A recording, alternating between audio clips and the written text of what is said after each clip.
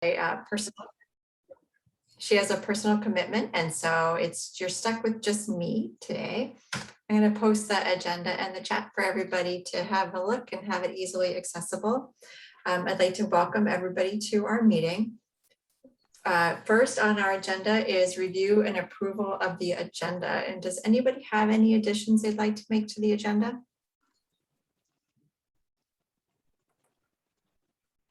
All right, hearing none. Let's talk about the minutes of September 24th. Does anybody have any changes they would like to suggest to the minutes of September 24th?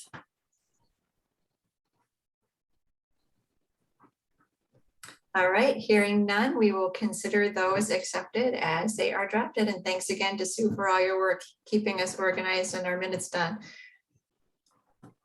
So we're moving right along. I'd like to take a moment as before we jump into the media agenda items to just remind everybody who's here that we keep a fairly informal process at our subcommittee. So if our subcommittee members are talking about a topic and you're not an official member, but you're a member of the public and you're here just participating, feel free to raise your hand or jump in, and we're always happy to hear your ideas and thoughts.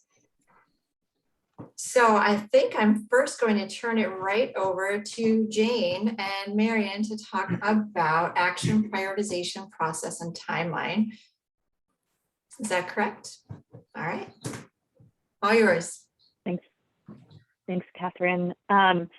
So I think everybody has been patiently sort of waiting for much clearer guidance on what prioritization would look like. And as a subcommittee now, you all have your comprehensive list of pathways, strategies, and actions. And the next step in the process is to work through lifting up and elevating your highest priority action items to further develop for the climate action plan, as well as to work with Kaia Morris, who I'd love to introduce you all to, who is now on board as our equity consultant, who will help support the subcommittees in their work to apply the scoring rubric. So before I dive in, why don't I pause and let Kaia introduce herself to all of you, and then I'll go through a few slides, and then Kaia can speak to how and best she sees her role in supporting all of you in the coming weeks.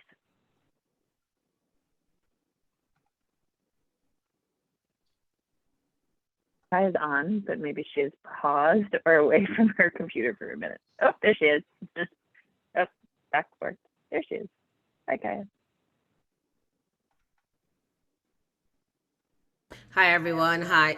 If you haven't met me before, hang on one second. I have an echo in my audio. I think I'm okay now. So, hi, everyone. Kaia Morris. I use she, her pronouns. I am coming on. I was previously the co-chair of the Just Transition Subcommittee and a part of the processes that created the guiding principles and the scoring rubric, an evaluation document that we're going to be using. So I'm really happy to be able to join you all today, and I will tell you a little bit more about all of this goodness in just a short while. But I am excited to come into community with you a little bit more. So let's get on with the meeting, and I'll fill you in just a little bit. Thanks, Kaia. Really glad that we're able to have Kaia here, both to lead you through the ultimate process of using the scoring rubric, but also to bear witness to the conversation and dialogue and to help lean into any questions or concerns you have as we're going through the process. So about a day or two ago, I sent around finally the guidance for prioritization. It consisted of a handful of slides that talk through the process, as well as an attached document that clearly defines the definitions we'll be using and applying to rank your actions by high, medium, and low. And so I thought for you all that I would just sort of walk through the few slides, talk through the process where you are at with it, and then if you would like, we can sort of dive in a little deeper to the definitions and how they apply to your screening for ag and eco and rural resilience specifically, and let you know where we are in the process for formalizing those definitions, as they're not completely final yet, as the council will need to review and adopt them on Tuesday.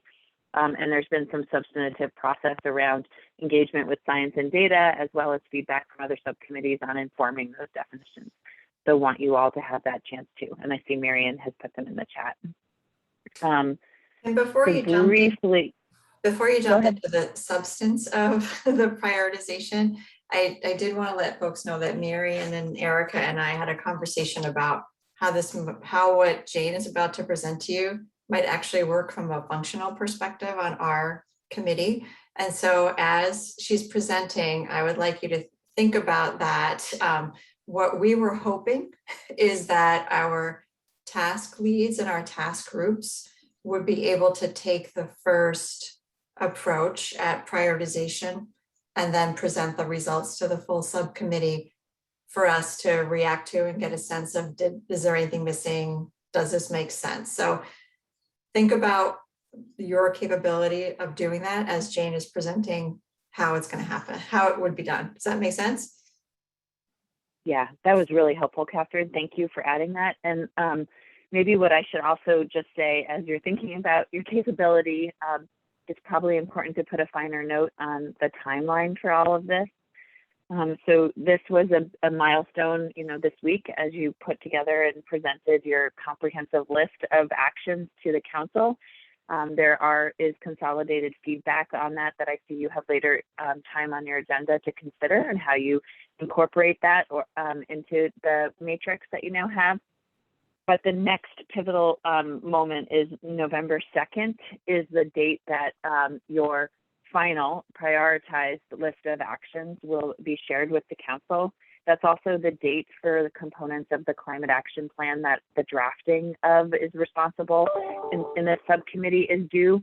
So that's sort of the next big day for really your big milestone. that feels almost, I don't want to say the last milestone, but it is the most pivotal milestone for the development of the CAP is November 2nd. And that is when those documents will all feed up to the Climate Council for the following week, where they'll actually accept them for the incorporation into the Climate Action Plan on November 9th. So the timeline that we're going to talk through today, with considering how we roll up prioritization and then the equity screening, it all will unfold over the course of the next month as how much time you have to actually do it. So let me now share my screen.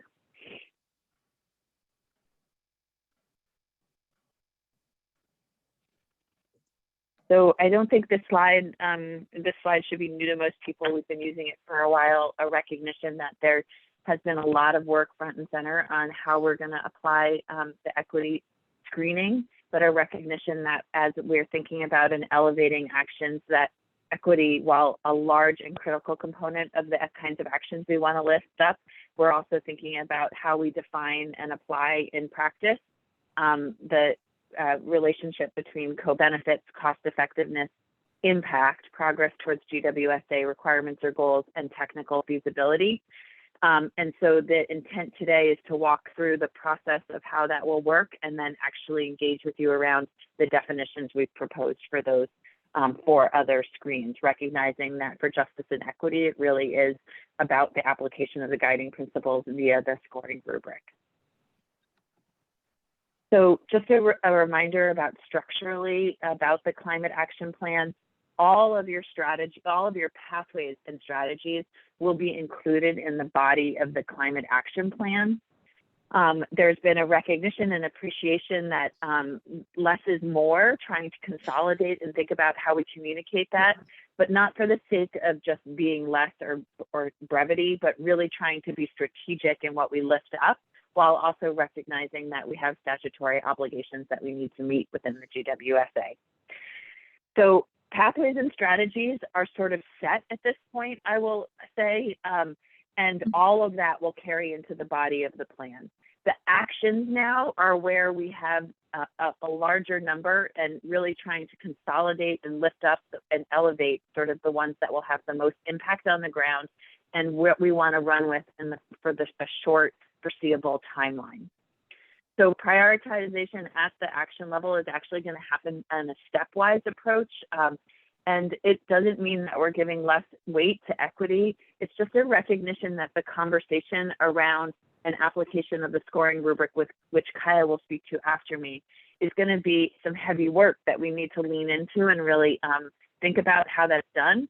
And so that it just would be challenging to put all of your actions through equity, the equity scoring rubric. So what we're going to try to do is suss out those real high priority immediate implementation actions that we know we're going to carry forward into the first few months of implementation, first few years, I should say, and then suss out how we consider and further consider equity on those lower priority actions for future iterations of the CAP or for other folks to pick up and run with in the meantime.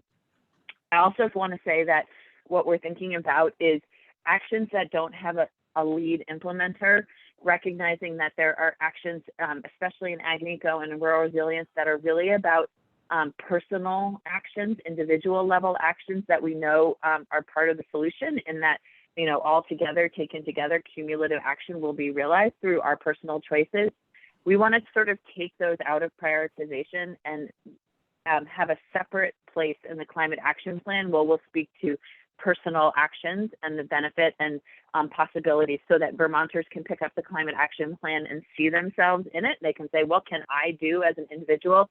There'll be a clear and decisive component of the climate action plan that speaks to that. The synthesis of impact will really be around, I shouldn't say impact, the synthesis will really be around impact, cost effectiveness, co-benefits, and then an acknowledgement for you all that one of the drivers for prioritization spelled out in the GWSA is technical feasibility. I don't really think there are any actions that aren't technically feasible based on the definition we have. So that's really going to be like a yes or no answer. But in some spaces like mitigation, they actually are thinking about how to push forward and continue to drive technologies and future innovation there. So for them, it's a bit more applicable. All of those prioritized actions will then have the equity screening focused on them. So just to put a finer point on the actual stepwise process, you guys are sort of at this number one. You've consolidated your pathway strategies and actions, and you've done a really good job of consolidating and sorting out and considering how to put that together in a package now. The next step will really be to think about how to screen out those individual actions if you have any. I don't really recall if you have that many in yours, but I know Ag and Eco have a lot of personal choice actions in theirs. And then to focus that analysis over the course of the next 1-2 weeks by pathway on your actions, and to apply what we hope will be pretty simplistic. If you, Marian and I will put in the columns, which are already in, I think Marian suggested for all of you already in your matrix, for cost effectiveness, impact, technical feasibility, and co-benefits, and then a drop-down tab in the Excel doc that'll be high, medium, and low, and you'll go through your actions by pathways and strategies and lift up the ones that are highest priority for you all. You'll come back then and use that work as a group, and where you've reached consensus on high, those ones will all carry forward. You'll be able to have more discussion based on where medium priority actions fall, because automatically low priority actions will go into an appendix in the climate action plan, still documented so that we can pick up for future work or think about how direct partners or other stakeholders to carry forward.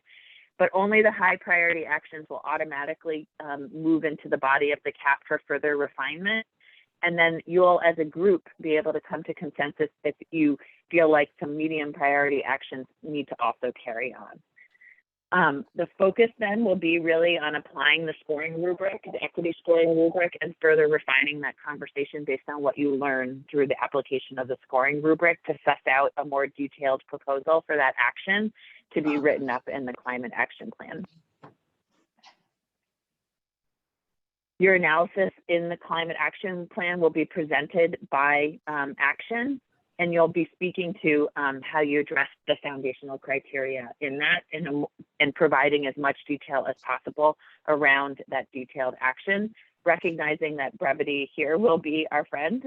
Like Marian is working on, which will be, I think, really helpful for all of you, a drafting guidance document so that folks know if you're drafting sections, what's expected of you for each component, what the length should be, like basic things like font, line spacing, all that kind of stuff. So as we assimilate the document, things are coming in a uniform way. And then again, just the scoring rubric, just to reinforce this, we don't mean to take equity out of the equation. We mean to use it to further the discussion. And so hopefully that after using the equity scoring rubric, you'll have a more refined approach to what you want to put forward for your proposal and be able to speak to that in your write-up for the climate action plan. And sometimes things that you thought were high priority might have to be pulled out because you weren't able to think it all the way through, and that needs more time to progress. So this is really the basic guidance, and all of the definitions have associated with them rankings for how you would use them for high, medium, and low. And we should look at that if you'd like. And then based on that, at the bottom of that definition document, it actually speaks to how you assimilate high, medium, and low across the criteria in order to lift up and come to a cumulative ranking of high, medium, and low for the overall action. So I'm going to stop sharing unless anybody wants me to keep this up, and then just open it up for a few questions, and then invite Kaia to speak to how she sees the scoring rubric really complementing this approach. Thanks, Jane. That was a lot for those of you who may not have seen it before. I feel like I'm finally starting to get it because I've seen it a few times now. So I'm curious if there are questions, comments, or initial reactions to what Jane presented.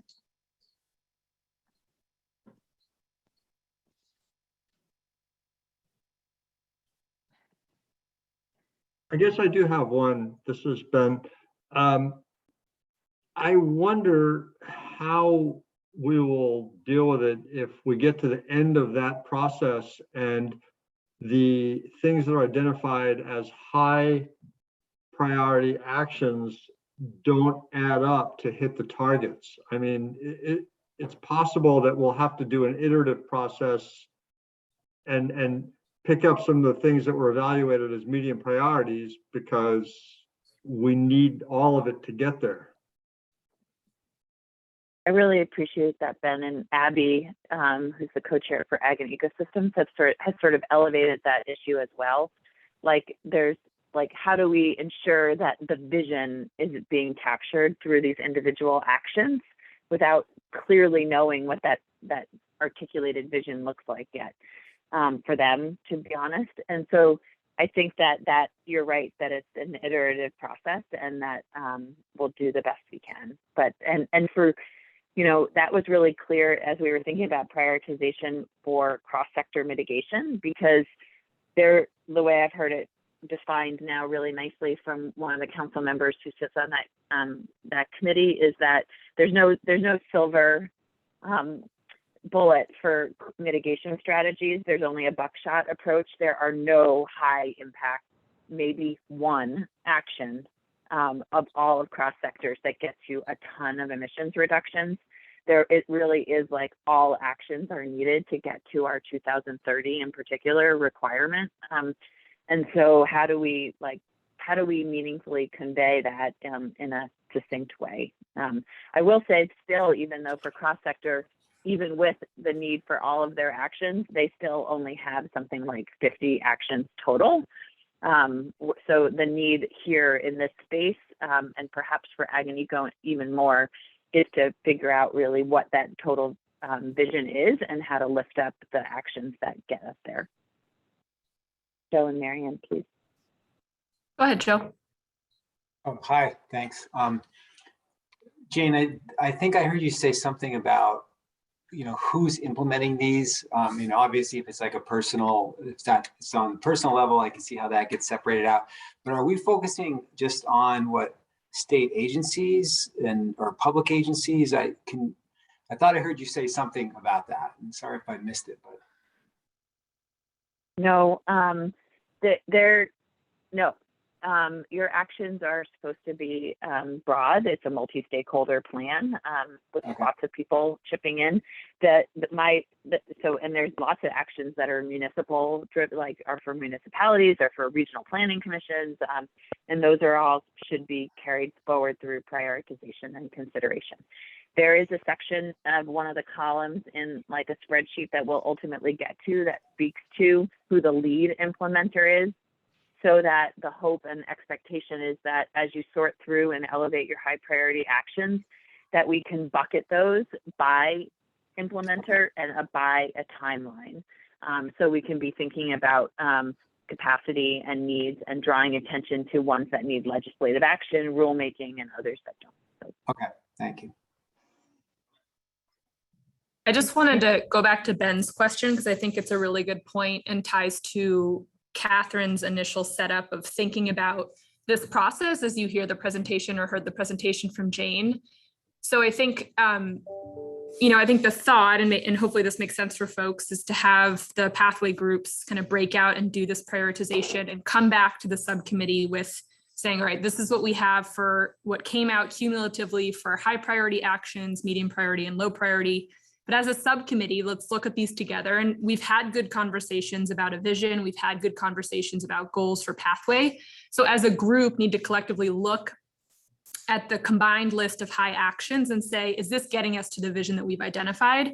And as Jane said, you all have jurisdiction as a subcommittee to also move up some medium priority actions that you think sort of should be grouped in the same way as the high priority ones and fleshed out more deeply, or maybe some of those medium ones will be the ones that go through the equity screen. And so, but I think that's really where, as a group, we need to come back together and say, the work that we did thinking about a vision and thinking about these goals is what we've evaluated separately in these pathway groups, getting us, towards kind of what we're reaching for. Yeah. So just thinking about it from a process perspective, I think how Catherine laid it out makes sense. Chris, go ahead. Yeah, I'm sorry if I missed this. I had to take that call. So I get the prioritization process, and if it was stated, I apologize for missing, but how does the working with ag and eco, cross sector, we sent stuff their way, they sent stuff our way. How does that fit into this, and how's that process going to work? Yeah, so we had our first meeting of the cross-cutting group last week, and we have another one coming up next week on Tuesday. For folks who don't know, there was a group that was pulled together with respect to counselors coming together to support the lifting up and bridging of work across the subcommittees. So Catherine has joined us with respect to your subcommittee to really think about process and think about how your work is ultimately represented in the climate action plan. And the first assignment of that group in particular was around land use, was to go back and to review the suite of actions in each of the subcommittees, in that case, in rural resilience, ag and eco, and cross sector around land use, and really lift up and start to see where there's overlap, and in particular where there might be any conflicting actions. But the census, I won't say that we had clear consensus yet around this, but the general feeling I got from that meeting was that their overall summary that introduces you to the body of work for pathway strategies and actions will speak to the recognition of these cross-cutting themes and ideas. But yet the actions will still stay within the subcommittee's sections of the climate action plan. And then in the implementation section, we'll succinctly pull out and pull together some cumulative analysis around those cross-cutting themes, and land use being one of them, but there are a number of others that are coming to light as well. And so that way, if somebody wants to fully pick up the body of work, they can see that in the implementation section, but there's not going to be a section in the pathway strategies and actions, is what I'm hearing from people, that pulled out. It'll still be in the different buckets. Okay, so I guess my question is more practical though. It's like, if our actions coming from another committee to me that I need to evaluate in my group. Or land use, you mean? Yeah. So we sent we're going to talk about land use in a lot more depth on Tuesday this week, and resolve how to deal with land use. But that meeting's news to me. I didn't know about this, so I'm just finding out about this now. Yeah, it's just the counselor reps on that cross-cutting themes group right now who are talking about how to deal with all these these themes that cut across the different subcommittees and how to start to break down the barriers between them, but there's been no clear resolution on how effectively to deal with that yet. Okay, so I'll just leave a question mark on the things that I don't know about and try to do the best I can with what we got. Following up on that, just make a note, I can't make that Tuesday meeting that was scheduled, and I was a rural resilience representative. So if anyone has a burning interest in being the rural resilience representative, we can talk about that. Yeah, well, I didn't know that. And I really think since we're going to dive into land use on Tuesday, it would be really important to have one of you there or cancel it. So let's talk offline to see if you want to fill in for Catherine that day. That seems to make sense to me. But if not, we can always look for a different time. Yeah, I think none of the times worked for me, but anyway, let's talk offline about that. We'll sort it out later. And the last question I have, and I assume the answer is don't worry about it, but all these things take money. When's that question going to be resolved?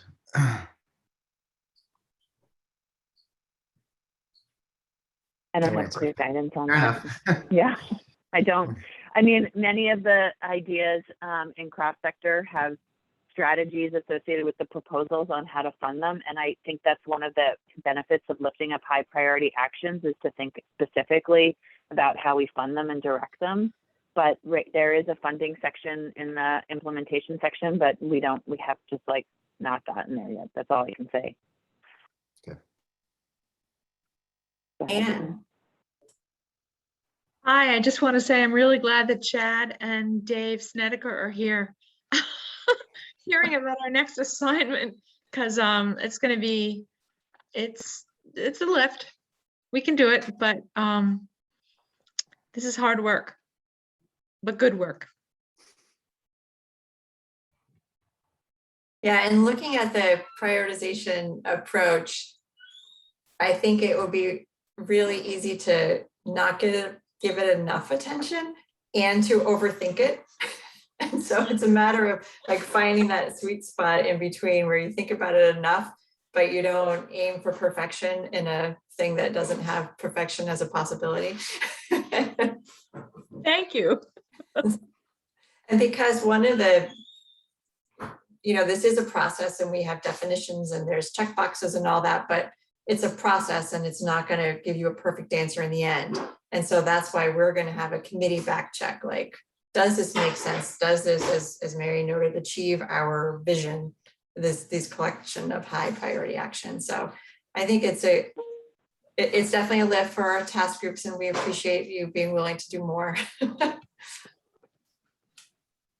Yeah, Bronwyn. I will say that, oh, go ahead. Sorry, not to cut you off, Bronwyn. I was just still reflecting on Chris's comment about money and funding, and really trying to think about it, because it's in the evaluation and prioritization, there's definitely questions around funding, right? And around which actions have direct funding sources, which ones need new ones, are there clear paths to funding those? And for some of your actions, you're not going to know that answer, and some of them you will.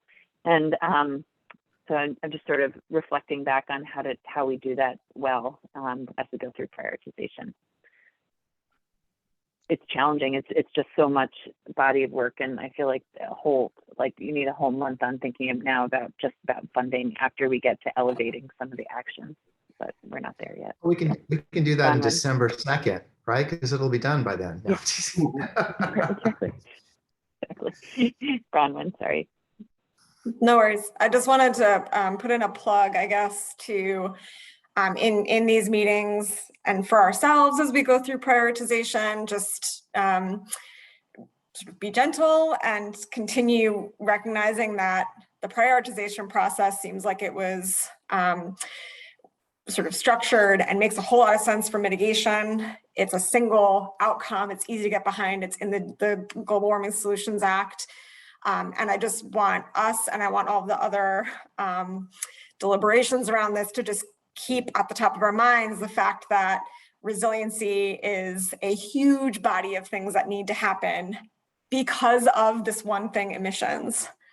And so just to keep in mind that that process that we designed fits really well for emissions, it's not going to fit perfectly for resiliency. And we need to keep that at the top of our radar when we are doing this prioritization work. Just because we can't quantify the emissions impact, just because we can't or haven't quantified a single resiliency metric, doesn't mean it's not an important action. And so I know that makes it really challenging to take things that are mostly resiliency, but maybe a little bit other things and compare them apples to apples. So just wanted to keep that at the top of our minds as we're doing this prioritization work and as we're continuing to talk about this across different subcommittees. Thank you for that, Bronwyn. I think that's another excellent point to add to the mix as we're thinking all of this through. So in terms of timing, what we were thinking, and you can all tell me if this is realistic or not, is that by our October 15th meeting, we would have the prioritized actions from our task leads. And the reason for that is because at that meeting, we would also identify which priority actions we would like to work through with Kaia on the equity screening. And she would be helpful in that conversation as well. But that's really why that date was set. And so then on the 22nd of October, that's where we would walk through the priority outlines, the priority actions with the equity screening, and also talk through the draft of our actual section of the climate action plan, which we would finally approve at the October 29th meeting. So that's why it would have to be by the 15th in order to keep all that moving along. And so a quick gut check from the task groups, is that feasible? Yay, we got thumbs up from Chad, recognizing we're not aiming for perfection and with Bronwyn's great qualifiers. Yeah, everything's a top priority. We're done. We're good. We have a choice. So just do it. All right. So any further questions about the prioritization process screening?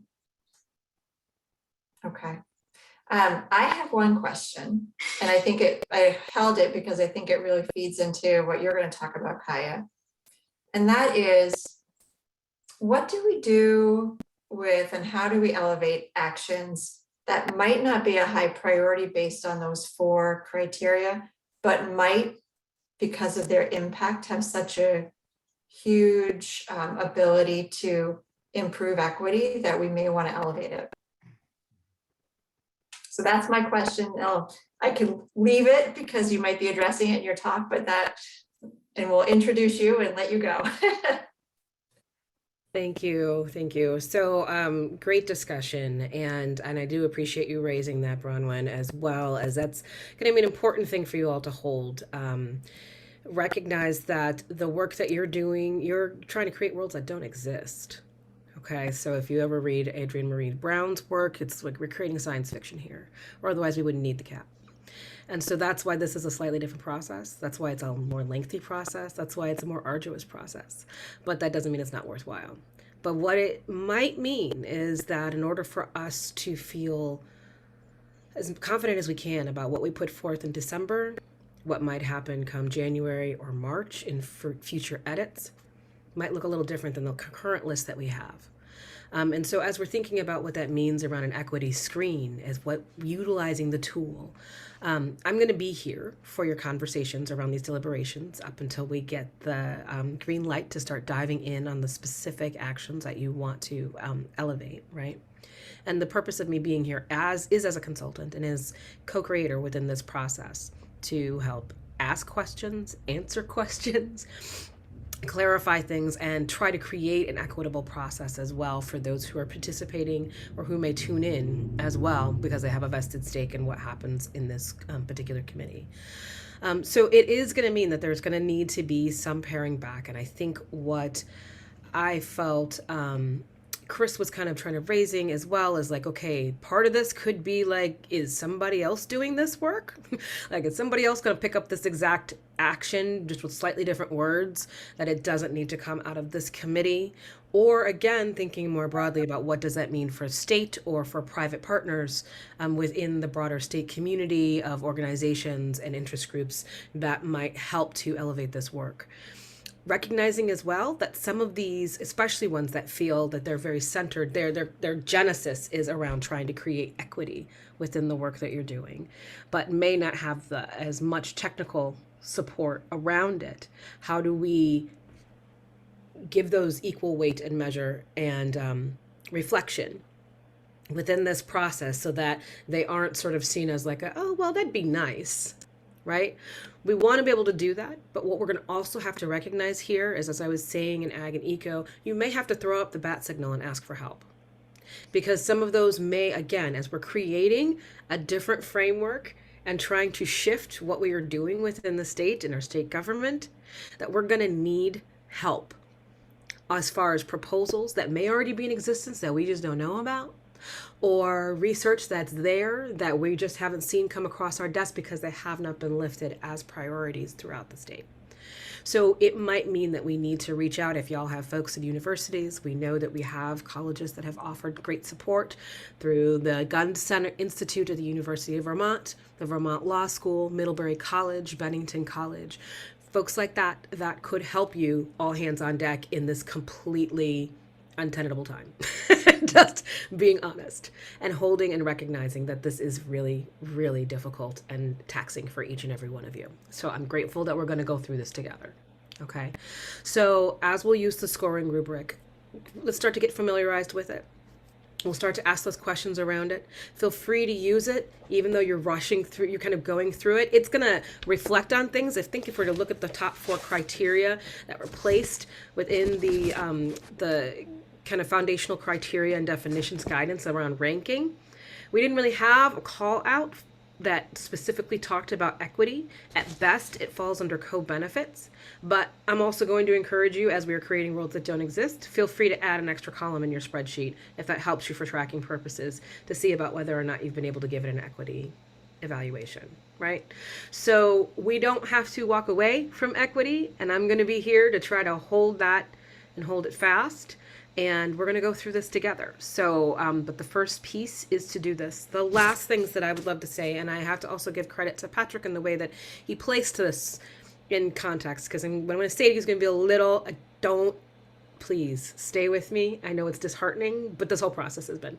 So this is going to be just one more thing that I'm going to need y'all to kind of breathe through, right?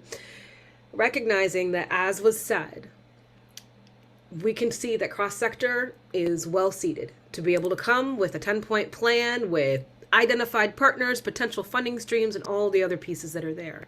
As a former legislator, I can tell you that the folks coming back in January some of them are in tears already.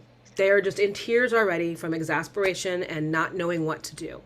And so if the ideas you want to lift in this plan don't have a decent pathway for how we get from the vision of where we want to the world as we most want it to be, those may not get picked up because these other ones, they're not shiny and new in that sense that it's a sparkly thing we're chasing after, having a squirrel moment, but it's tangible. That's the world they're living in a world of chaos. So we need to be as thoughtful as we can and name that where we need to, okay? So, but I loved how Patrick talks about this and thinking about this as well.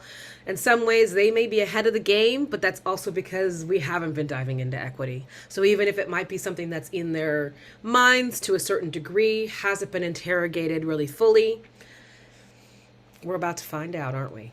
Okay, so you all are where you are, which is exactly on time for the best that we can do, considering all things considered, when you've been given an almost impossible task to do. So I'm just grateful for you all being a part of this journey. So questions that you might have for me or concerns that you want to raise with regards to this? Is your contract with the state also as a motivational speaker? Because I think that was the pep talk we needed. Well, but I want to be able to be here and reflect the things that you're saying as well. And in some ways, so I will be working with your chairs on developing the agendas on the days that I'm going to be having a point on these in these spaces. If you do want to meet with me or anything like that, feel free to reach out to Jane and she can connect us. My associate Jen is on the call here. She's taking diligent notes, and as well can also reach out to Jane to make that happen, so that if you all want to talk or have further questions, if you need greater support, I can do what I can within my state contract. So, and there are some pieces that we're kind of realizing that might be needed or might be needed to shift, even though we may not change the terms of the contract, trying to find solutions to support those needs. Thank you, Kaia. I know for commission, for people who are on the Climate Council, the just transition principles are something that you've had the opportunity to see and talk about and have a lot of time to digest. I'm wondering if other members of the subcommittee have had that same opportunity, or if we should hold some space at our next agenda, at our next meeting to talk about those in a little more depth. We got a thumbs up. We should do that next time, Chris? Yeah. Yes. Okay. Yeah, I think repetition really helps. And I agree. I'd love to be able to dedicate more time to this stuff. So hearing it more often is just going to be helpful. Great. All right, so let's make sure we save some space on our meeting agenda next week to really dive into those just transitions principles and have a real conversation about those. Thank you, Catherine. I think I saw Chris's hand up. Yeah, just a practical matter again. Everybody's going to be wanting a piece of you. So how do we structure that? So, Vet it through Jane. All right, so, yeah, that's okay. So any request for your help goes through Jane. That's what I needed. Thanks. Mm-hmm. Yeah, I do want to just be really mindful of that, as with any state contract. I would love to just hone in on the timeline that Catherine spoke to also. So suggesting that you had 2 weeks to develop and use the prioritization in the first step of the process, and then think through what the meeting on the 22nd could look like with Kaia, and recognizing that the week before that, we would really be sorting through and thinking about what the actions are that we're going to bring forward to that meeting to really dive into, and how much clarity and depth we need to have to hold in that space to apply the scoring rubric. So, I just want to name for all of you that, this, and I know, Catherine, you brought this up, like what's the expectation for using the scoring rubric? Are we going to use it all collectively with Kaia's support? Are we going to be asked to use it on our own without Kaia's support, the actions that we're not able to get to? And I do, Kaia, it'd be great to hear your perspective on that, because it has felt a little in flux, and just to be clear on what the expectation is for the subcommittee with the scoring rubric, and how much we're going to be able to get to, and what we're going to do with what we can't get to. So recognizing there's a lot of homework outside of these meeting times, what I would like to be able to do is to get the group comfortable with understanding how to utilize the rubric. We are going to go through some really explicit examples, but again, recognizing there's going to be extra take home after this, that you all will feel confident at starting to do that work. I will still be here. So once you come back and are like, well, we did this in our smaller subgroups and then came back, that we can kind of have that broader discussion to see if it's still also in alignment with what this group is understanding around equity. So that's kind of what I'm imagining. I won't be able to be in all of the subgroup meetings because I have a whole other job and a child. So, but we can, for certain, I want you to feel fairly confident in understanding where this goes and what this feels like, okay, between here and December 1st.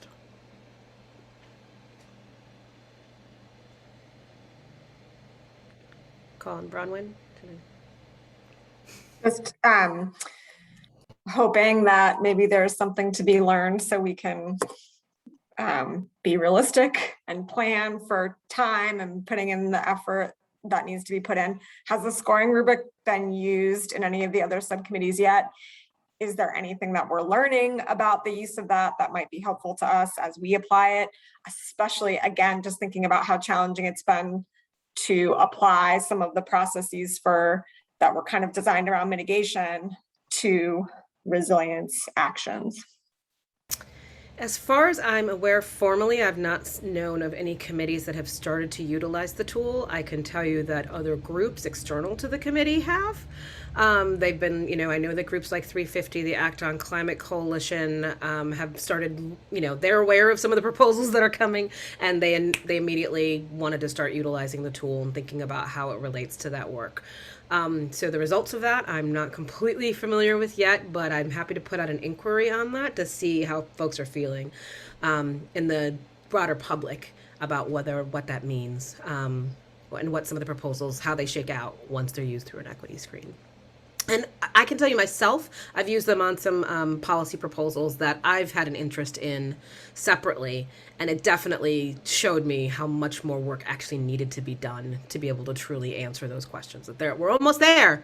We're there in the heart and spirit. I just need more technical aspects to be able to really say this is ready to go. And that's a gut check. Ben? Thank you.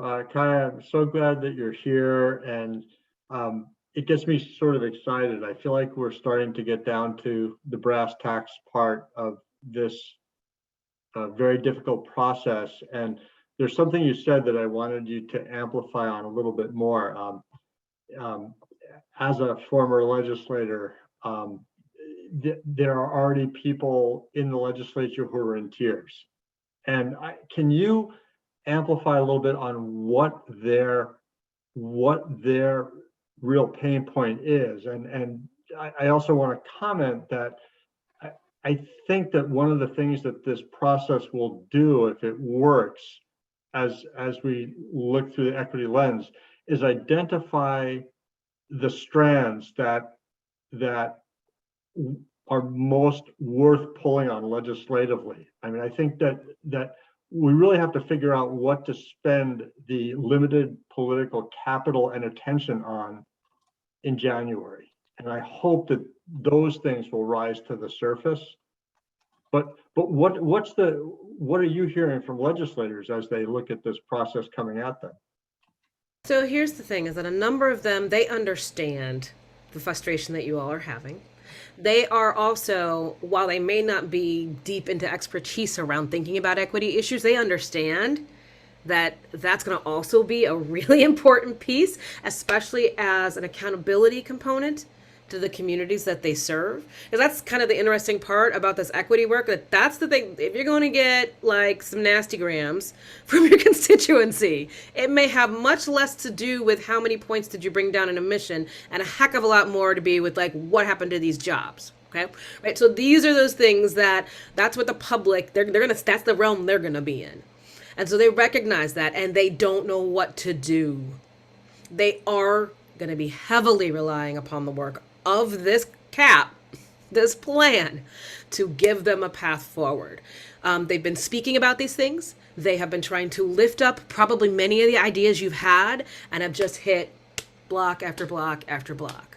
And so if they come back and say, but I'm telling you this is where we need to go, that may not be enough as having something that's a little bit more articulated that both they can use and the communities can get behind and our advocacy groups can get on the work of, and all of those things to make it a reality. That's what they're needing. They're needing to feel wins in a world that has been incredibly challenging for them. And that is not to say that the work that y'all are dealing with is not also just in crushing as well, but just recognizing that their bandwidth to engage and deal with egos and all those great things that we have within a bureaucracy are definitely wearing our folks down. So they're needing a win to come from this group. No pressure. Thank you. Catherine, I know time is short, but if you can indulge me with one follow-up comment. I'm going to play the old fart, also a former legislative card, to offer a historical comment, which is that there are moments when there are things worth losing one's seat over. And I watch good legislators lose their seat over Act 60, over the heavy cutting bill, over civil unions. And if what we come up with as our highest 1 or 2 priorities are things that legislators are told this is worth losing your seat over, that's the most powerful work that the council can do. For certain, for certain. And yeah, giving them the ability to make that choice. Some of my best bills came to me on the back of a napkin, but then we got a quick policy that came through, and we were able to pass it in the same year. But without that, I wouldn't have been able to. So, thank you so much, Chris. Yeah, to Ben's point and Kai's, I mean, this is something, public engagement in this. I know it's what we've had thus far is imperfect, and we're going to have to do a lot, especially once the plan is submitted. But really, one of the things the council needs to ponder, and I would argue the subcommittees and everybody doing this work now, is for just transitions, we're going to have to engage, and make sure that people, the frontline communities, the BIPOC communities, the folk who are going to be most affected, have an effective seat at the table through legislation, through rulemaking, through budgeting, through budget implementation, through program evaluation, all the way through until the real change actually takes effect. And so, at some level, this is the easy part because we're just drafting the plan. But to really see the change happen, it's going to have to take effect, after the plan. So that's not a threat. It's just to make this stuff real. That's going to have to be carried through, all the way, for many, many, many, many years through many processes.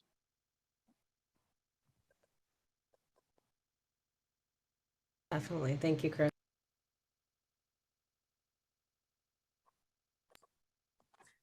Are there further comments, thoughts, questions for Kaia? And again, I invite members of the public to weigh in with questions or comments as well.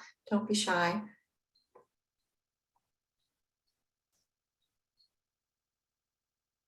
To echo Chris's point, yeah, I think a lot of the policies we make are inherently equitable. It's how they're implemented is where we, I think, do a failure. So I hear you, Chris.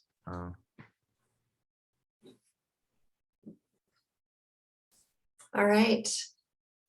Well, thank you for that great conversation, really laying the groundwork for what's going to happen over the next 2 weeks, then 3 weeks, then 4 weeks. And as a summary, I put the dates in the chat so people can be reminded about what I ran through while flipping through my calendar. Again, Catherine, sorry, go ahead, Jane. Sorry to interrupt. I do just want to say this happened at Agamico too. So we haven't looked closely at the definitions, and I really want to encourage you all to do that. Those will go to the council on Tuesday. I already have gotten some written comments from Ag and Ecosystem Subcommittee members around concerns about how they're drafted for impact in particular, but also cost effectiveness. So please do look at them, and I encourage you to send Marion and I any feedback over the course of the next few days, and we'll try to do our best to incorporate it or at least speak to it when we speak to the council on Tuesday. Yes, and Marion did post those definitions in the chat. I'm going to repost it in case people join later. Just put it in again. Oh, you did? Oh, thank you very much. I appreciate that, Marion.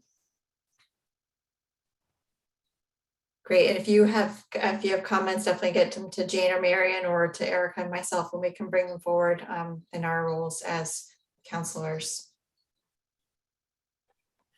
All right, wonderful. Thank you very much, Jane and Kaia, for that great conversation on prioritization and equity and how it's all going to fit together with everything that we're doing simultaneously and as part of our work rather than a separate part of our work. So as part of our next agenda item, we have set aside quite a bit of time, we may or may not need it all, to go through the comments that we've gotten on the actions.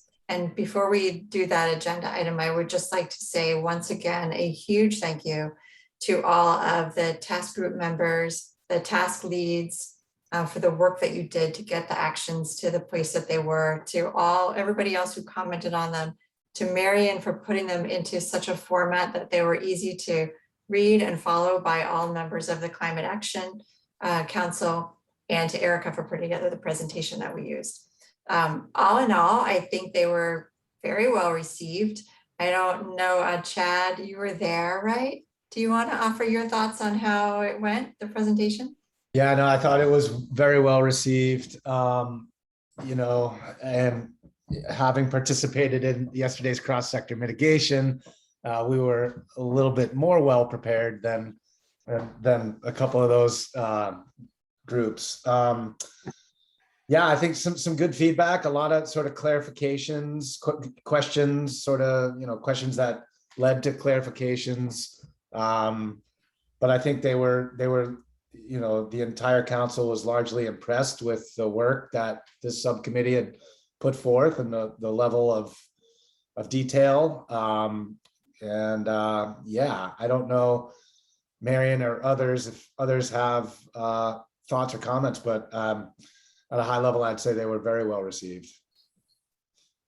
Yeah, both Secretaries Young and Tierney had favorable comments, and they don't hand those out very often, so that's a good sign. Right. Good.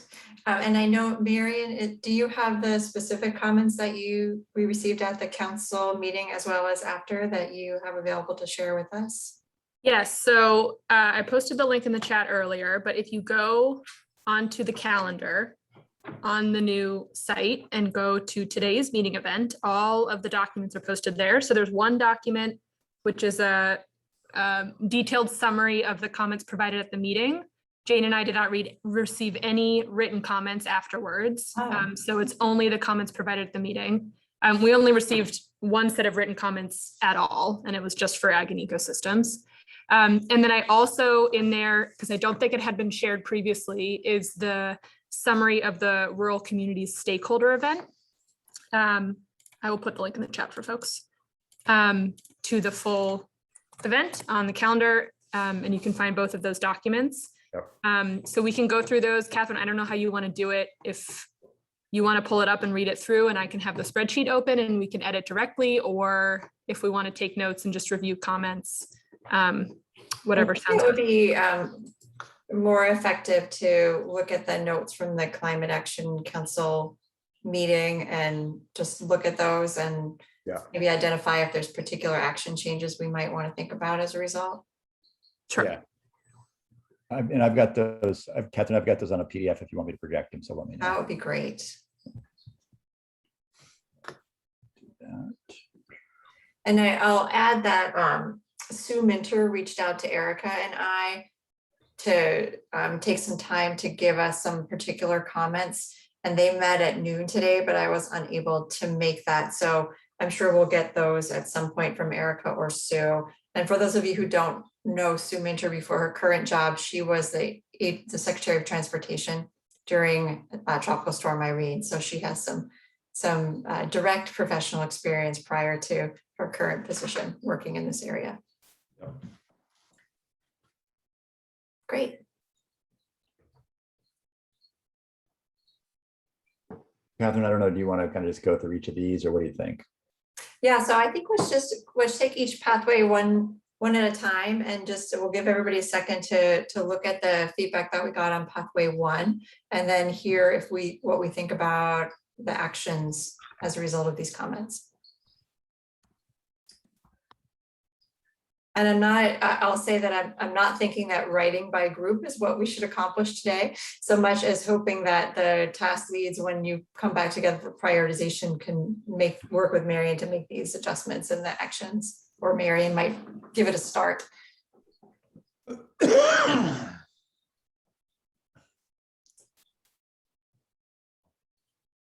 Pat, are you waiting for me to put the names in the chat? Yeah, I mean, as we do this, it's very useful to have the pathway names as well in the chat. So Marion, if you don't mind doing that, that'd be awesome. Yeah, so it's more than just a name. It's like a sentence, but sure. The pathway 1 is focused on municipal. There we go. Good, the whole thing. Look at you go. Perfect. Perfect. It seems like the big issue, which is interesting, is have you considered unifying jurisdictions to promote consistency? So that's a bold idea. I'm not sure the group has really talked about it. So that seemed like the biggest one in that one that people may want to discuss a bit.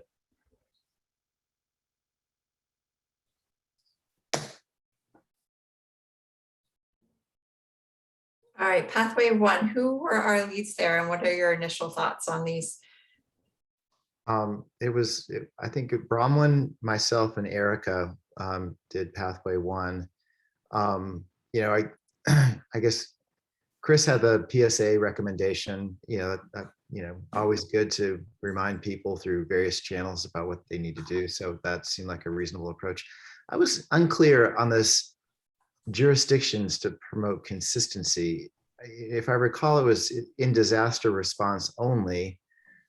But it needs further discussion for me to understand how this would turn into an action or what it means. I mean, I think when I think about an event occurring, you know, it could be multiple jurisdictions. So I just need, you know, Chris, was this yours recommendation? I don't recall. I don't really remember the context of that either. I just put it in chat. I was asking who brought that up. I don't, that wasn't me. I've got some notes here. Let me check. Yeah, do they mean in terms of land use or development? Yeah. Or yeah. Or just a response. I just looked at my notes. Sue Minter made this comment, so maybe the conversation that she had with Erica can help clarify this. Oh, okay. But Great. it was kind of like in the absence of county government, how do we do this? Oh, yeah. And in my mind, the RPCs kind of fill that role in the absence of county government. So hopefully, I think we just have to see what she and Erica talked about and hopefully get some clarity around that. Great. For folk who don't know, when FEMA comes to, so like we just had a federal disaster declaration right down here. So what'll happen is FEMA, well, and during like an Irene scale event, FEMA had to send a contractor to each town, as opposed to like, you know, normally the FEMA model is they send them to the county emergency services office or something like that. And they deal with all the other sub jurisdictions. We don't have that in Vermont. That may be what she's getting, but that's just speculation on my part. Okay. So it sounds like we should Ben, FEMA process has evolved a lot since Irene. I don't really see that as a high priority issue. Yeah, and let's find out exactly what that meant. I might even go back and watch the video just to see. It seems like the other two suggestions, well, first of all, the appreciation for the remote meeting, that warmed my heart because that was one of my actions that I really wanted in there. But the adding an action or strategy related to public awareness and public education campaign, that seems like something that would be appropriate to add, at least from my perspective. I would agree. Yeah. Okay. And I think that the two actually, to some extent, might work together. I think it's possible that different regions of Vermont are going to experience different types of risk, and the communications around that might need to be a little bit different. But to have coordination, you know, where there's a higher flood risk or a higher heat risk or a higher, you know, disease risk, to have those messages be consistent, I think is helpful for people who are, you know, are hearing messages coming from different parts of the state. So I actually think those two kind of work together well. Yeah, that's a good point.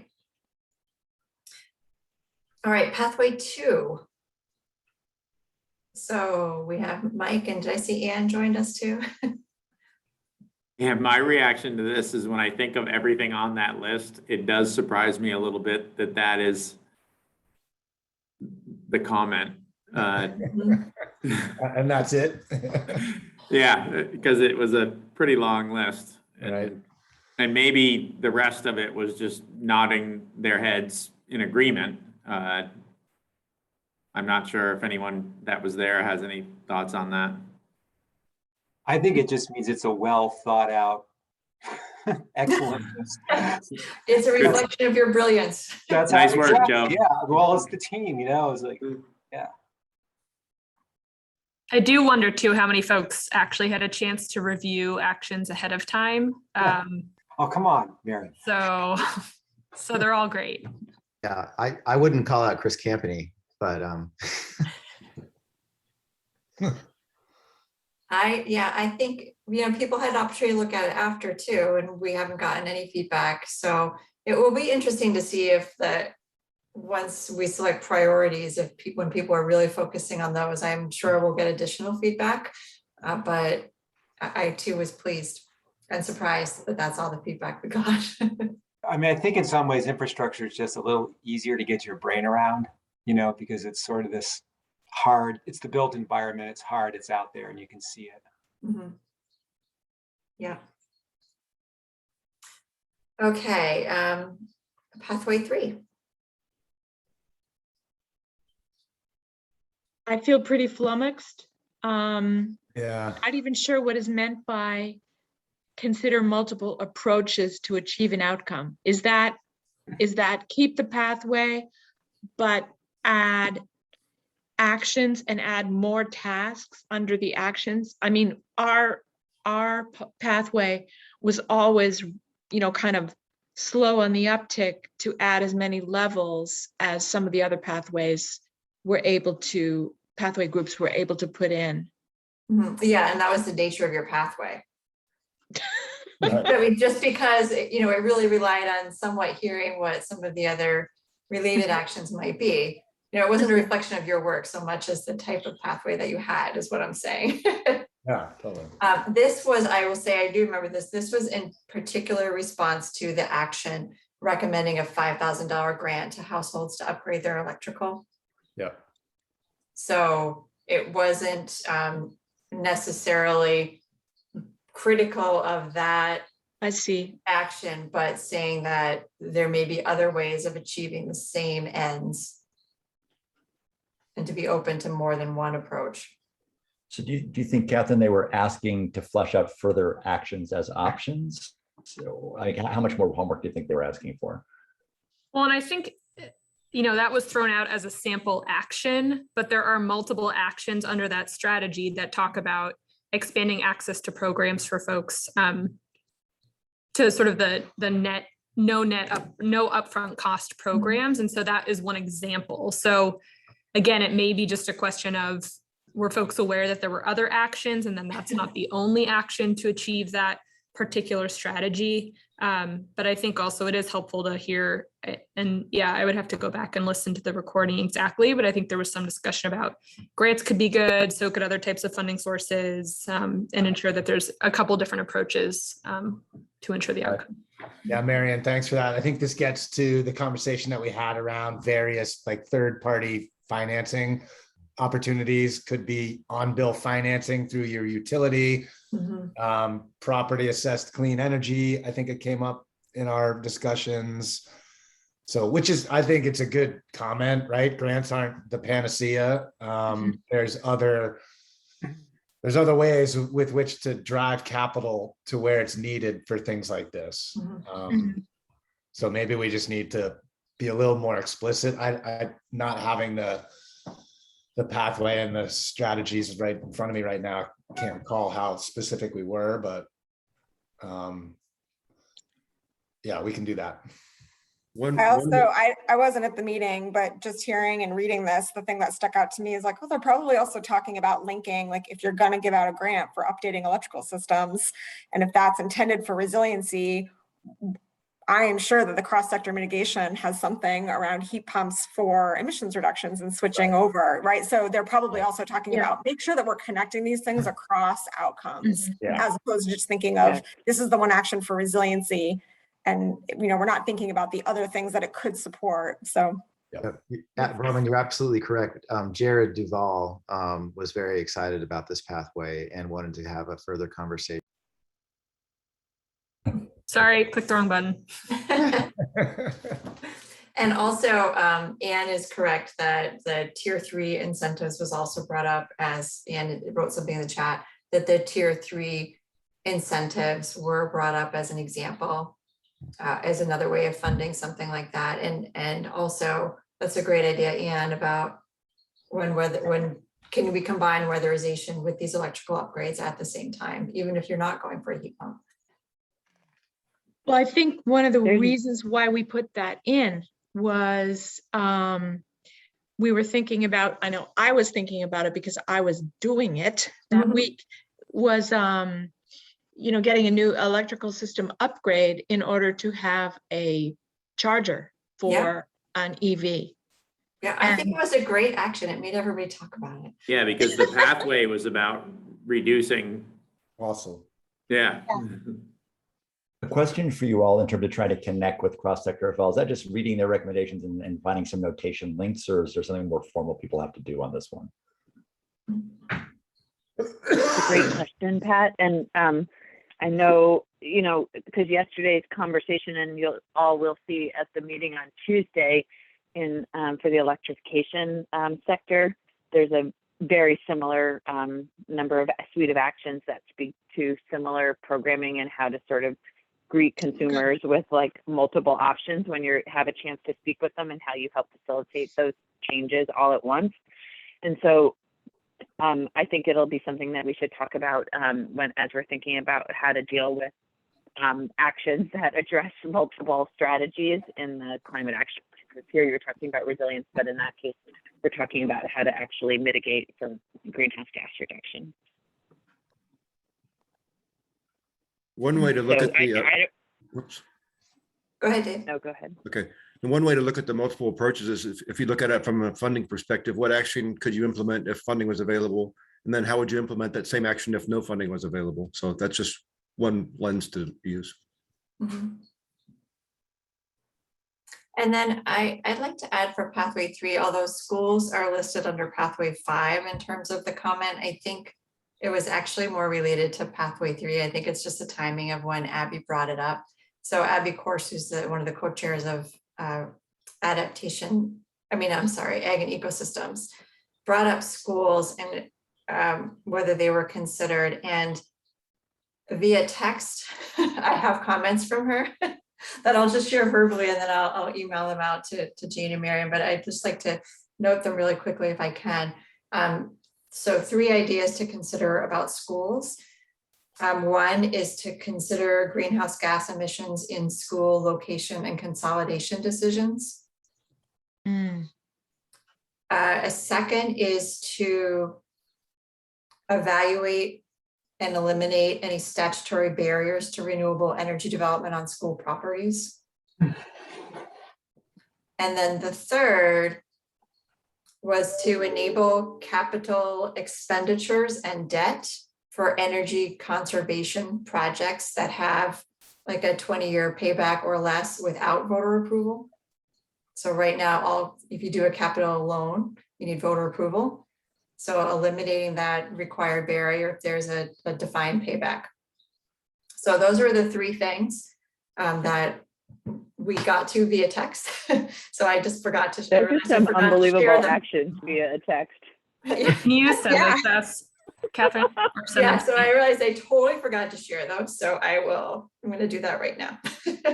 Well, and I think the context around it was, she was worried about the loss of a rural school and what that meant to the identity of a community, and how do we make sure that these places can remain viable and strong. Yeah, I do just want to flag, she brought up more what Chris was talking about in terms of schools and the viability of small communities when Catherine and Erica presented strategies. So she's brought this up twice now because I recall that comment from before. So. Should we move on to 4 just because of time?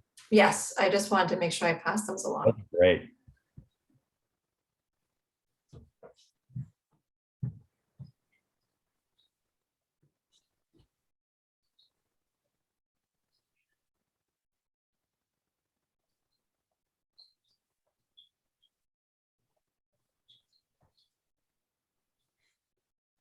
So pathway 4 thoughts.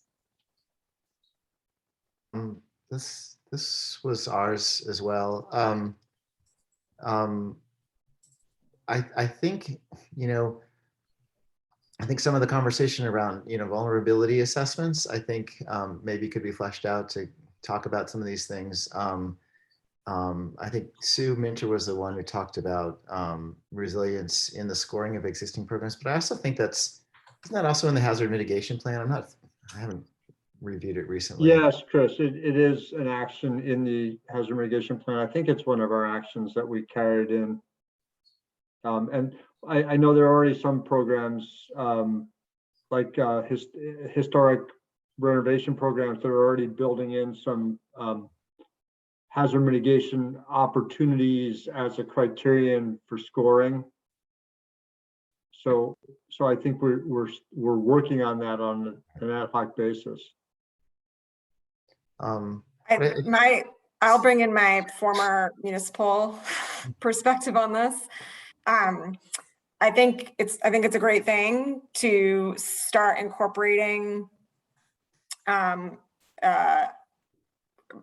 think it's a great thing to start pushing folks who are applying for grants to be thinking about what does resiliency mean in their community. Have you thought about this in terms of a project? Maybe they're already doing that a little bit for hazard mitigation, but I think there's probably some other areas of resiliency that are maybe not covered in hazard mitigation.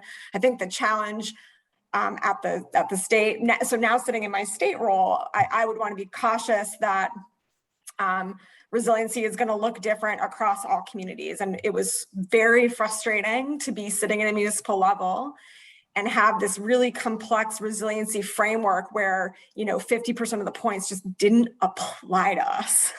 So just to put on that hat and think about, like, I'm now thinking about balancing this. I think it's a great thing to do it. I think it would require a long lead time to talk with communities, have them do their site, their community vulnerability assessments, think about, what they are most at risk at, what's most concerned to them, and do some piloting of how we might incorporate questions without being too prescriptive at a point where we don't know what the prescription should be. Yeah, I mean, I almost see, like, if you go through the vulnerability assessment and establish what your priorities are, then you're pre-qualified for a funding source to help, mitigate or implement that action. So portions of that are already in there. So I don't see needing to make a whole lot of change.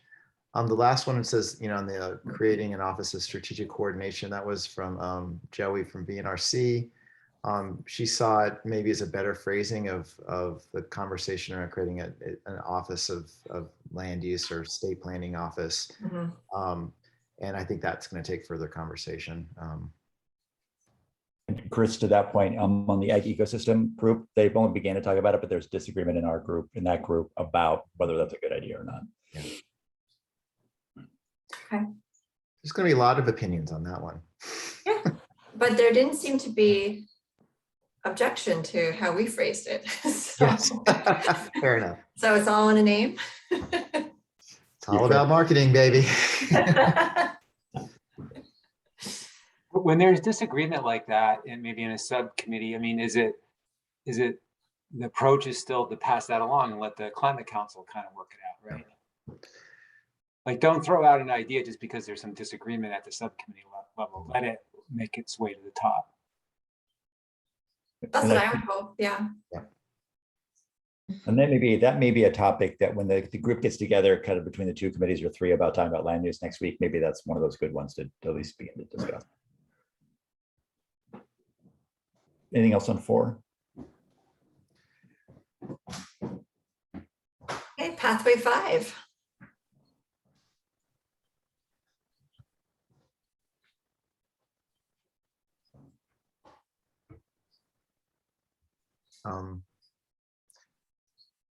I don't know if I have anything really to add on this other than, this stuff of, incorporating public health and other risks that could also be folded into these vulnerability assessments. Mm-hmm. And to Brahman's point, what vulnerability looks like is going to be different in the northern part of the state versus the southern part of the state. So I think that can be all rolled up in there. Yeah, I think of all the comments we heard under this pathway, it was really the public health one that was the most substantive, I thought, to me, because although we do have public health referred to in different parts through our actions and strategies, it's not called out succinctly and clearly. And it made me wonder whether something under the the pathway one, the capacity piece, we're talking about strong and resilient communities and the capacity perspective, whether that would be appropriate to more clearly call out public health under that one. I think that's a good idea. And we've got that pathway too. So we'll. Oh, you do? Okay. To fold that in there. And, I didn't bring it up at the council, but, the reason we haven't got great public health issues is there's this pandemic and they haven't really had a lot of time to. Right. There's Yeah, this we haven't had public the health issue. participation. Yes. And not to want to expand it too large, but in terms of resilience, there's also a piece that communities are going to be thinking about around economic resilience. If you're a community that relies on It's true. ski infrastructure, if you're a community that is really focused on maple production, so I do think there's opportunity here to call out that in thinking about community resiliency, it should go beyond climate hazards and it should be including public health and economic resiliency as well. And that I think ties to some other recommendations that are in there around the assessing commercial sector resilience. And Chris, I wonder, and subcommittee, because you just haven't been able to engage public health for very obvious reasons, maybe that just needs to be really called out. Like we didn't get that far for obvious reason, COVID, and it's really in 2022 or when things calm down, has to have a more serious look. We just couldn't do. We didn't have resources. Yeah. I mean, it was called, we talked about it earlier as a gap, and I did, look, they do have recommendations, and I pulled several of them in, as far as cooling and air quality, changes. So we do have specific actions, but not around like disease vectors and things like that. Certainly. Chris, and maybe it's just a way of how it's phrased and calling it out in a more succinct way. Yeah. Chris Campany, did you have a? Yeah, just a thing to flag, and going back to Bronwyn's point about, communities needing to plan for more economic resilience, communities need. The piece that I'm going to try to, I just haven't had the time to draft it, but to me, a key piece that we're still missing, and I think rural resilience maybe can help tackle this, is the community capacity to do all this stuff. Because, frankly, a lot of our towns have difficulty doing just basic land use planning 101, and even effective land use planning at that. And then the policy framework, actually having the political will and capacity to actually make the hard decisions. To adopt like the shall language, must language, that kind of thing, is pretty limited. So I think we've really got to be. I know that a lot of folk are already thinking about this, but we really need to be mindful of the actual capacity to make this stuff happen, and not just kind of hope that communities can make this stuff happen.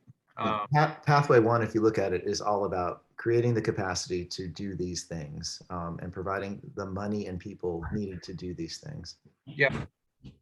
And it's good to remind ourselves of that regularly. I saw Chad and Mike. Did you both want to jump in with something?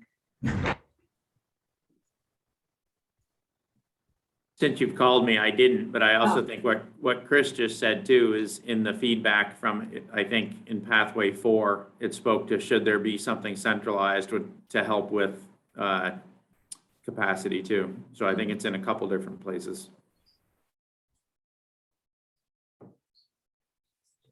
Should I take the screen down? Anything else before I close the screen here?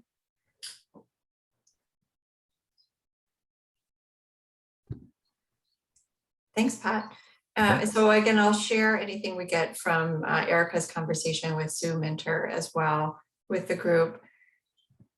Before we move on, are there further comments and thoughts about our suite of strategies and actions? I see Marion, your hand's up. Well, just flagging that we also have the summary document from the rural community stakeholder event. And right. Look at that. And if I could add, we had a meeting last week where I had some other follow-ups to do, and we'll definitely incorporate those in the next round. So I just figured we just try to do it one time. And I'd love to just stop fiddling with these because we're running out of time. Our public engagement is almost complete at this phase.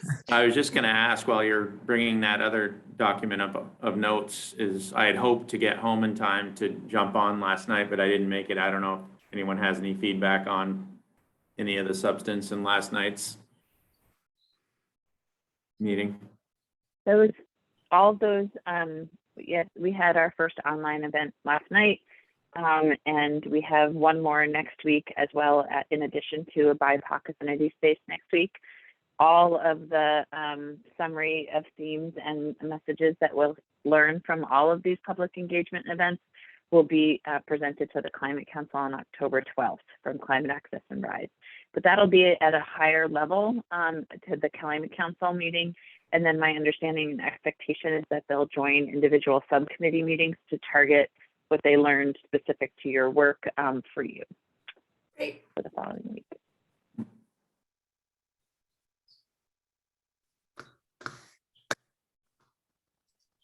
All right, Chris, did you have a comment before we see from Mary in the meeting summary, or is that an old hand? Old hand, okay. This is an old hand. And instead of putting it in the chat, sorry, folks, I've got to jump. I got a 2:30 hard stop here. So have a great weekend. Thanks for joining us, Chad. I'll catch up on everything next week. See ya. Bye. Bye. Okay, so I can share my screen. This document is also on the calendar event for today's meeting, if you want to look at it separately. So this was compiled by Kaia Morris, and it's a really good summary of the event. Let's go down to the actual notes here. Breakout group summaries. So these were the questions, if you weren't there, that were guiding discussion. So it was around what challenges are you facing around greenhouse gas emissions reductions? What are the biggest opportunities? And what do you need to achieve success? And it repeated those questions for resilience and adaptation as well. The comments were grouped by theme, so transportation, electrification, downtown redevelopment, broadband, buildings. I don't know if you all, Catherine, if you want to go through these or just do the broad brush review and then point folks to this as you're working with your pathway groups to finalize as much as you can action language and do prioritization on it. But I don't have the agenda up. I don't know how much time we have for this agenda item. Oh, and Catherine's on the phone. I mean, this is kind of folding into the VCC report out. So we have about, if we want to go full, we have about 15 minutes till next steps is at 2:45. Okay. And what folks? Yeah, what's people's preference? I mean, there's some detail here. Certainly the task lead should look at this as they do their work, as Marion said. Do we want to go through this? Do we want to talk about it? What's your all's preference? I read them earlier today. I mean, they were just more or less validating that we're kind of on the right path. I guess, not being there, I was just wondering how diverse the group was. Does anybody have because you don't have the names, so it's hard to know where these were coming from. And sometimes that matters. Did we, I don't know, whether we asked for registration by zip code. I don't remember what we did for this one. I don't think we did. I mean, I can only speak to my breakout group, but it certainly felt like a lot of folks engaged on energy committees or conservation commissions or with some level of town planning. Yeah, I don't know if other folks who were there want to reflect. Some legislators were there. I mean, yeah. Jens, did you have a reflection? That was the point, though. I mean, we kind of pushed it out to people who were already involved because we were speaking specifically to capacity. Right. It wasn't a broad poll to any members of the public. It went out through VAPTA and VLCT and, VACC distribution channels primarily. Jens, I spend a lot of time on the municipal scene and I recognized a lot of the names. I can assure you that we had a true geographic diversity from every corner of Vermont. I felt like a really good smattering of rural, suburban, more urban-ish, a really good smattering. So I was really impressed with the diversity of the turnout personally. That's great. What I will say is it seemed like everybody in that public meeting was very much on the same page. I think there was more differing views at the public one in East Dorset in terms of Jane's smiling and agreeing. So I think it was more diverse feelings on overall in East Dorset. Everyone was more aligned on the rural resilience meeting. Right. And again, that was sort of the point of this, was to engage specific stakeholders who really have a stake in the, the actions that Rural Resilience is proposing, whereas the East Dorset meeting was really just a broad public engagement event. As was Island Pond and Elmore and Colchester. So Ann and then Jay lined up.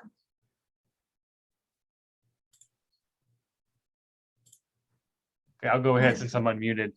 Yeah, I just see this as more or less validation of a lot of the things that we're worked on. It seems like the same focus overall. No big surprises here. A lot of capacity concerns and current structure being able to execute. I was at the Island Pond meeting, and it was, as has been said earlier, sort of more or less preaching to the choir. There was one gentleman there who was really pretty misinformed about electric vehicles and how much they cost. So that was interesting. I don't know what his role was or how and why he ended up being at the meeting. But it was good to hear that people there's information that people don't have. That's all. Thank you. Thanks, Ann. I'm glad you're able to make it to Island Pond. And Chris is very excited about the new trucks. The question for the, in this meeting and also just your guys' discussion, one of the things that's come up a few times in other groups is this notion of compact development's great, but if you're increasing compact development in a place that's already repeatedly flooded, is it really a good idea? And so I don't know whether that was something that came up here or has come up yet with you all. It did come up a lot that I remember. But our actions and strategies talk about, how do you grow in a way that respects Vermont's traditional development pattern in a way that's safe? And I will say that we did add 2 actions to our list as a result of this public meeting that I'm aware of, at least 2. One was related to ensuring that there are programs for municipal fleet vehicle electrifications. And the second was related to supporting community activities that also build community cohesion. And what was the name of that Windows thing that was the example? It's right here, Window Dressers Project. Window Dressers Project was given as an example of a great thing that to share that statewide, share things like that statewide and really spread the good. Ann, are you all set? Yes, thank you. Sorry. No worries. Pull my hand down. So I'll stop sharing just because it sounds like we're Thanks, Marion. good with that. So I'm glad we did that stakeholder meeting, and I think we did get some good things out of it. It's always good to hear that you're on the right track. There's definite value in that. Any further thoughts about the comments that we've received on the actions? The only thing, if we could add just some kind of comment about kind of the broad geographic diversity in the meeting notes, it's sometimes helpful if we have to refer back to like, well, who was there? And it just, because sometimes these can be viewed as manufactured. And I think if we say who was there, maybe not everybody, but a statement about broad geographic diversity, I think would be helpful. Is that a comment you're able to get to Catherine, Marion? Yeah, I think she didn't include it because she's maybe not familiar with where the folks were coming from on all the towns, but it's good to hear from Jens that he was able to recognize kind of the broad geographic diversity. So I'll send it to her to update. Thank you. Great. Any comments from our participating members of the public?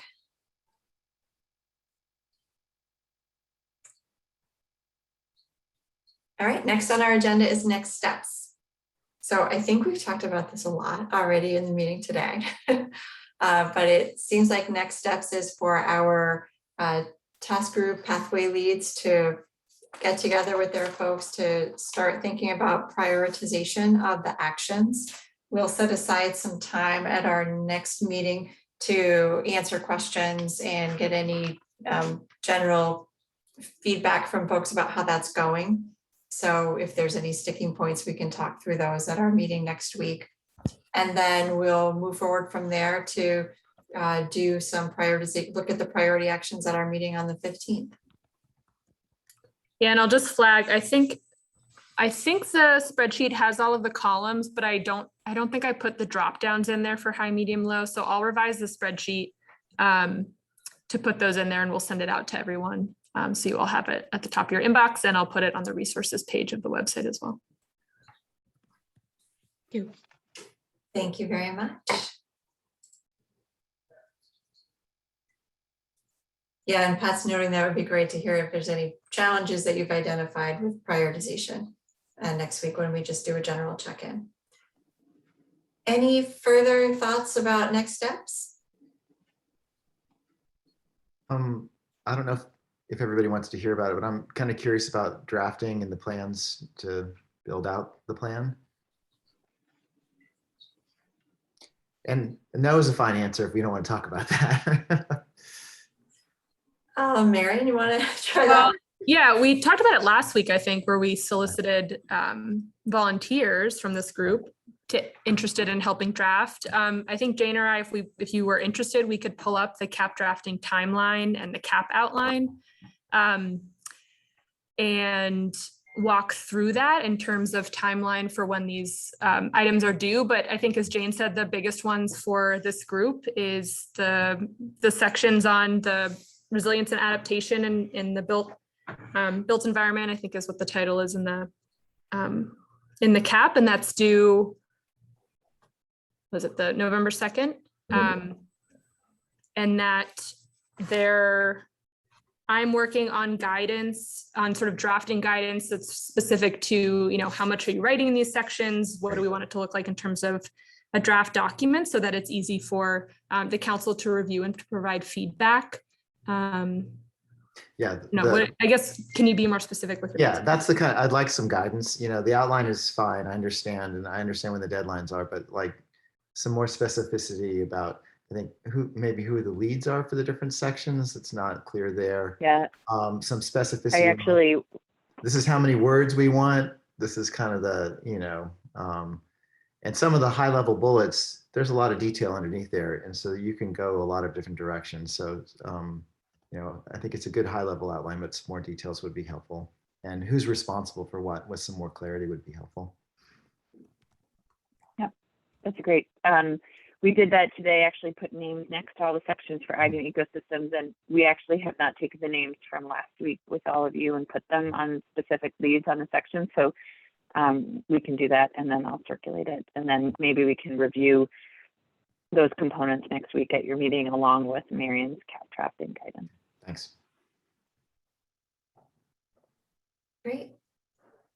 Catherine, one question about, as you all really go into the prioritization and all this work, I wonder whether 2 hours for the next few months, next few weeks is going to be enough in terms of timing. So just for the co-chairs, might be worth thinking a little bit about whether you need to extend any of these meetings in terms of length. Yeah, we've been asked that question. Yeah, we've been asked that question a lot by a lot of different people, and Erica and I keep saying, let's wait and see. So I'm sensing that answer has not been satisfactory because we keep getting asked that over and over again. So let's wait and see. We'll see how we do for time at the meetings. I think we function very differently than, say, ag and ecosystems, in that we have this amazing group of task leads that do incredible work outside of our meetings. So our meetings are a little bit more streamlined because of that. So we are very lucky and appreciative of that. So if we need to add additional meetings or longer meetings, I think we'll address that when we need to. If that works for the rest of the subcommittee. Yeah. Okay. All right, any further thoughts before we move on to public comment?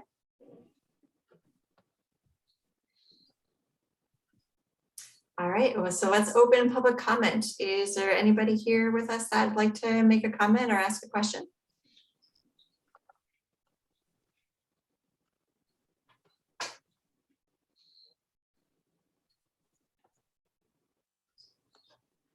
Hey, Catherine, this is Ben. I just had one quick thing that I didn't get to say because we moved on from number 3 to number 4 in the interest of time.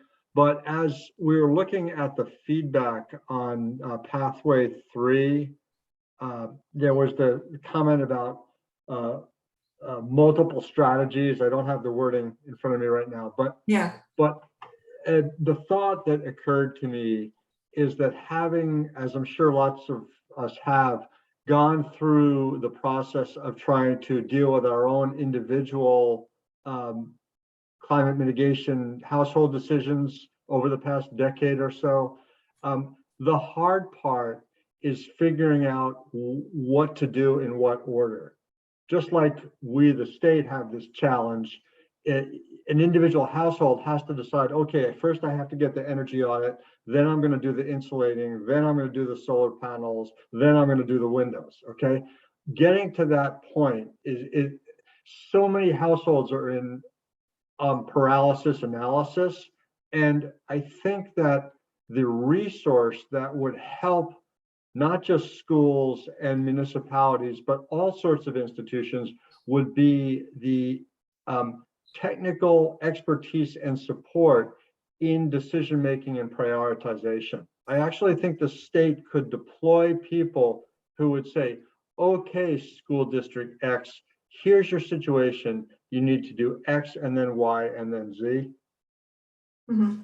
Yeah, I think we do have that in one of our actions for not just funding, but technical assistance. But I think it's targeted just, if I remember correctly, it's targeted just to households. So we might want to just take a look at that and see if it makes sense to broaden it to institutions as well. Yeah. Because I think we all agree that you're absolutely right, that it's not just the funding, it's what the heck do I do and who do I call sort of decisions that get in the way too. If Catherine can't do it. I can't do it. I've had my energy audit for 7 years, haven't done a thing. I think it's 7.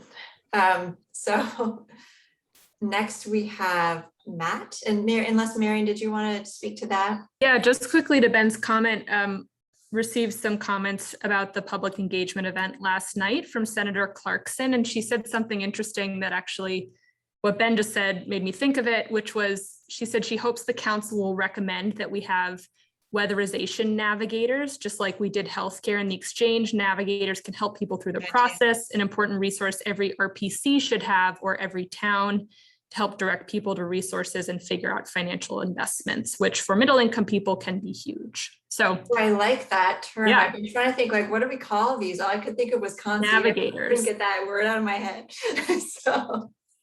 So anyway, I thought that was an interesting point of feedback from her, and I'll include it in the notes. Yeah, great. And I think that really speaks to what we already had as an action and to Ben's comment as well. Okay. Matt, welcome. Hi, thank you. I shared this viewpoint in Ag and Eco this morning, and you all are much more in tune with it, but I figured, hey, it couldn't hurt to mention it real quick anyway. So yeah, my name is Matt Voss. I live in Burlington, and I'm an intern for Rev this fall. And just my own personal interest is just similar to Pathway 1 that you all have, just with education. It was great to hear that your engagement meeting went so well and that everybody was just telling you that you're doing the great things. But really, just if you can be any more specific of how you would try and create long-term education, just not just for kids. Like we had a 5th grade class tune into the Ag and Eco meeting earlier, which was really cool. So like if you can get kids in and get adults in, obviously lots of adults need to be really aware of what you're doing. So it can be really impactful and really powerful if you can get as specific as you can with those education ideas, just to then promote longer term engagement rather than just specific meetings now. So yeah, just an encouragement of that, of trying to be specific with those actions in Pathway 1, as well as just anywhere else that you think long-term education could be helpful. Thanks, keep it up. I appreciate that thought, Matt, and I will invite you, if you're willing, to take a look at our actions and to offer any specific suggestions if you have them. We'll certainly take that comment, but if you have any specifics you'd like to recommend, we'd be happy to hear it. Yeah, sure. Where again would I email that?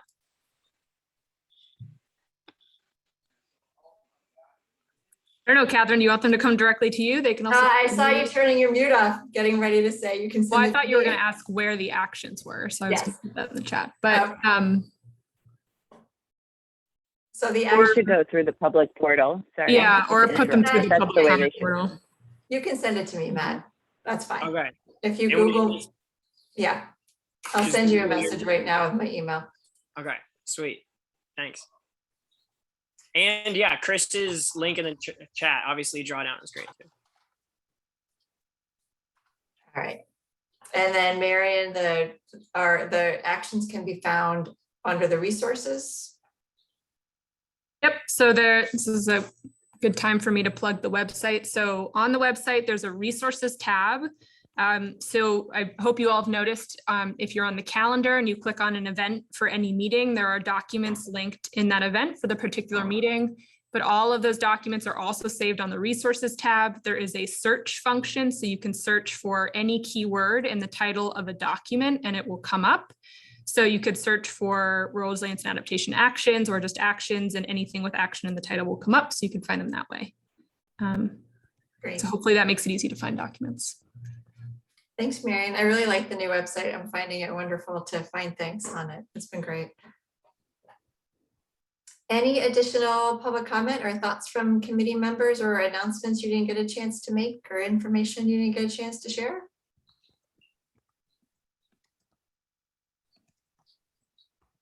Chris? Reminder, we need to figure out who's going to that meeting and when it is. Yes, you do. Yeah, I messaged you about it, Chris. You haven't responded. Okay, sorry. All right. Well, I think we basically need to find out if you can make it. If not, I think we have to reschedule because we need somebody there with rural resilience land use experience. So if Catherine can't make it and you can't make it, we have to reschedule. All right, I will look at my email in a second. So I message you in Teams. Oh, there we go. I can't do Teams and Zoom at the same time. I'm sorry. All right, well, see, we're done 10 minutes early. So maybe we don't need longer meetings in the future. Maybe we need shorter meetings. Maybe that's what we need. Anyway, thanks for again spending another Friday afternoon all together. I appreciate everybody's dedication to this topic and to this subcommittee, and we look forward to the month of October really getting to a place where we're wrapping up our work for now, for the climate action plan anyway. All right. Thanks, everybody. Thanks, everybody. Take care.